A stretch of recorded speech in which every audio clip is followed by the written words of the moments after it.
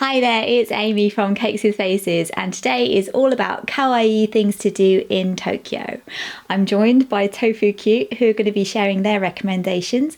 I'll tell you a bit more about them in a minute. There's new Japan videos every other Thursday if you want to subscribe. And if you're new to my channel, there will be new travel vlogs one day when it's safe to travel again. I can't wait. This video is part of Tofu Cute DigiFest, which is an online event for everyone who loves kawaii. There's live streams, competitions, and lots more coming up. You can find this schedule on Instagram. Tofu Cute is a shop that sells Japanese sweets, cute plushies, including hamsters, and stationery. They also have their own channel right here on YouTube. This week they did a kawaii version of the Olympics over on Instagram. This video isn't sponsored, we're just working together. They've been my friends from Comic-Con for a long time. As part of DigiFest, we've made this Hanami Party backpack with characters from both Tofu Cute and Cakes with Faces. You can get it from both our shops and there's worldwide shipping. So onto the video. Here's our recommendations for kawaii things to do in Tokyo. Harajuku is the heart of kawaii in Tokyo, specifically for kawaii and alternative fashion. You'll find lots of shops from brands that you'll recognise, and really it's the only place I really enjoy clothes shopping. Usually I only buy clothes online because I find things in the shops are a bit boring, but in Harajuku they're all right there in the shops. You can find lots of things that are more colourful or kawaii or just a bit quirky and different. The main street in Harajuku is Takeshita Street, which is a long pedestrianised street. It's really busy and it can get a bit much at times. There's also the back streets of Harajuku and this area around Cat Street. Both of them have lots of alleyways to get lost in and they're a lot more chilled. And don't forget the basement level of La Forêt department store. That's got several Lolita shops, including Angelic Pretty and Alice and the Pirates, and some other alternative brands. It's a bit more expensive, but it's fun to look. If you're interested in kawaii fashion, you will need a whole day in Harajuku.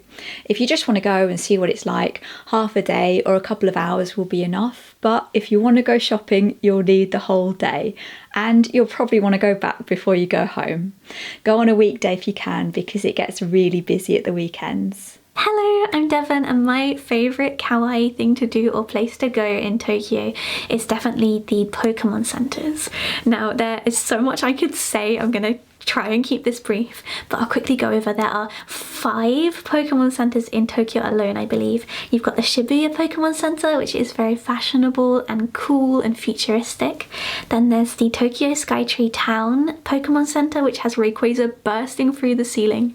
Then there's the Character Street one in Tokyo Station, which is a slightly smaller Pokemon Centre, but it's really, really cute and it has exclusive like Tokyo Station Pikachu merch. It's so worth checking out.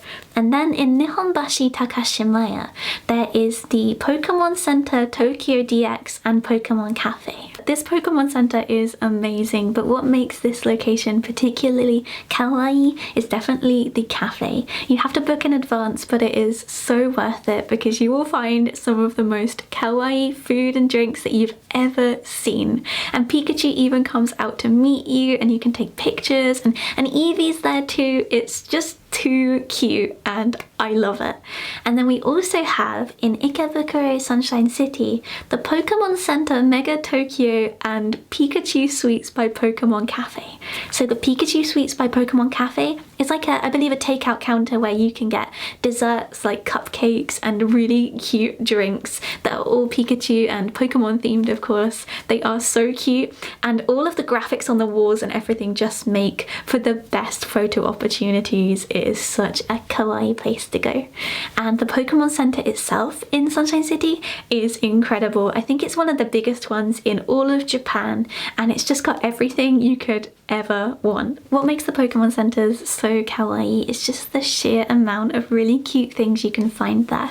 They do different collaborations with different artists to release new series of Pokemon things all the time, and you are definitely gonna find so many kawaii things that you love. The staff there are super friendly and they all love Pokemon Pokemon too, and they're all wearing Pikachu ears. The music that plays is super nostalgic, or just really fun and cute. If you've not played the games before, it's still enjoyable. One more thing I must mention, if you are looking for a day trip outside of Tokyo, just nearby in Yokohama there is the Pikachu Outbreak events. I believe they do them every year, and it's just a massive parade of Pikachus, and I won't go into it too much, but it's probably the most kawaii experience I've ever had in my life. So yeah, very, very cute and worth checking out if you get the chance to see it. Next, cute snacks. There are lots of cute and rainbow coloured snacks in Harajuku. I made a video all about them. There's the famous giant rainbow candy floss, light bulb sodas, rainbow cheese toasties, although I messed up when I tried to do the rainbow cheese stretch. There's cute ice creams and loads more. But the original snack of Harajuku that was there before all those other ones is crepes. They roll them up like an ice cream cone, and there's so many different varieties of fillings. It takes me forever to decide which one to get. All the other snacks are cute, but I always want to go for the original Harajuku crepes. And remember that cute snacks aren't just in Harajuku. Not everything in Japan is kawaii, but it is a part of the culture, so you can find cute snacks anywhere. I spotted these turtle melon pan at a bakery and these cat donuts at Tokyo Station. They're just too cute to eat. Or maybe not. Hello, I'm Laska from Team Tofu, and the place I would really recommend is the Studio Ghibli Museum. It's the most kawaii place on earth. So it's located in a really cute park. It's super peaceful, which is quite contrasting to like a busy Tokyo. And it's actually the place I first saw sakura cherry blossom. So as you're walking through the park, there's a beautiful river, there's a really lovely shrine that you should definitely visit. But then you get to see the massive robot from Laputa just in the distance, which if you're a fan and if you've seen the films, it's like really, really exciting. I think I almost shed a tear at that point because I'd been dreaming about going for so long. So when you actually get to the museum itself, it's really bright and colourful, and you get to see a gigantic Totoro just there in the ticket office, although you do have to book in advance. I'm not going to say too much about what's inside because I think everyone should experience it for the first time. You're not actually allowed to take photos inside either, which makes the experience just much more magical, but you get to see a film. There's quite a few different films that you might get to see when you visit.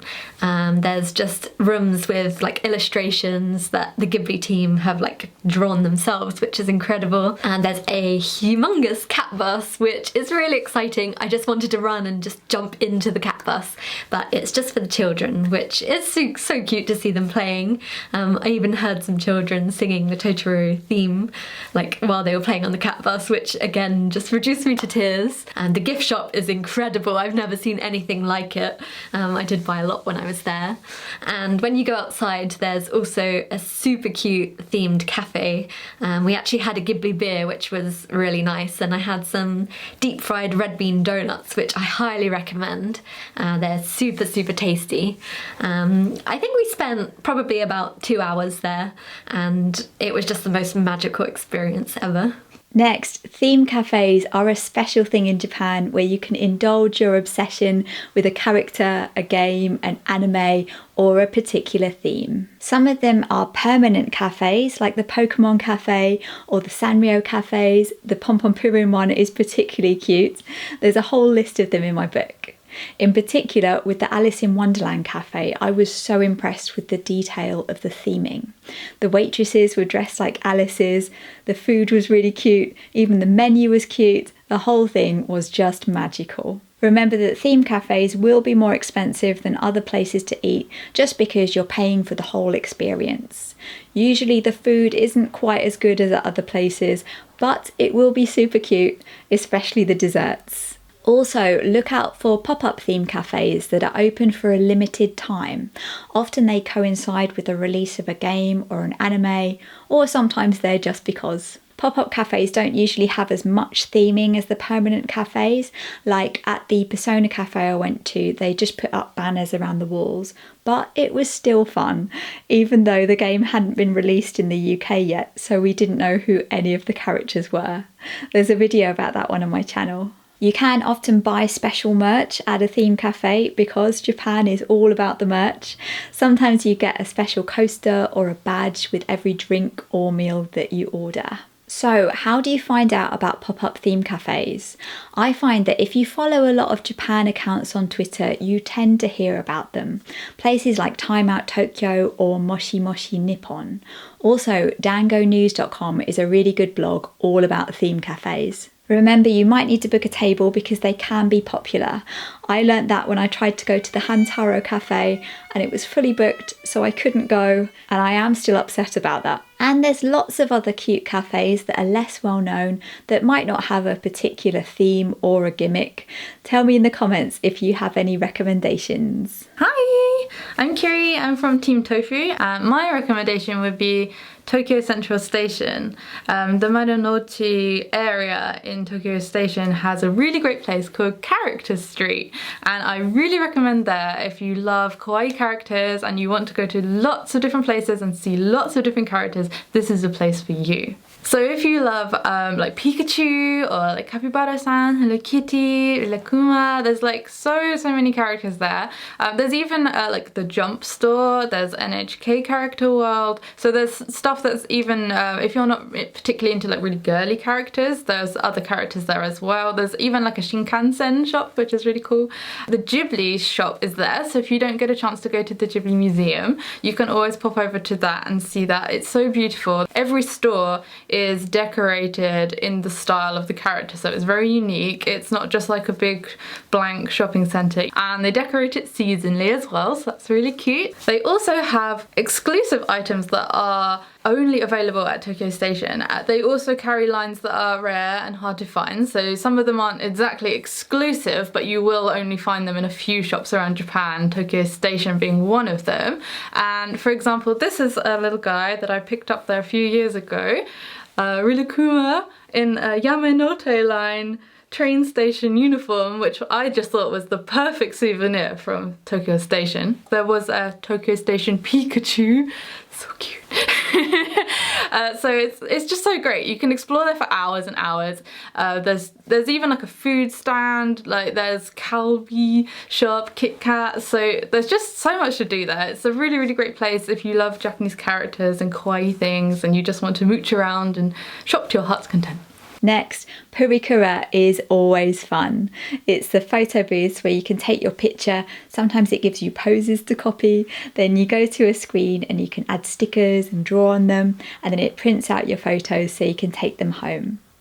I sometimes find it a bit stressful because the machine's shouting at you in Japanese and there's a time limit for decorating them, which is never enough time to put on all the stickers you want. Often they have beauty features that can make your eyes really big and they can be so funny.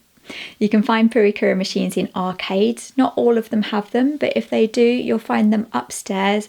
Usually they have a whole floor of them all together.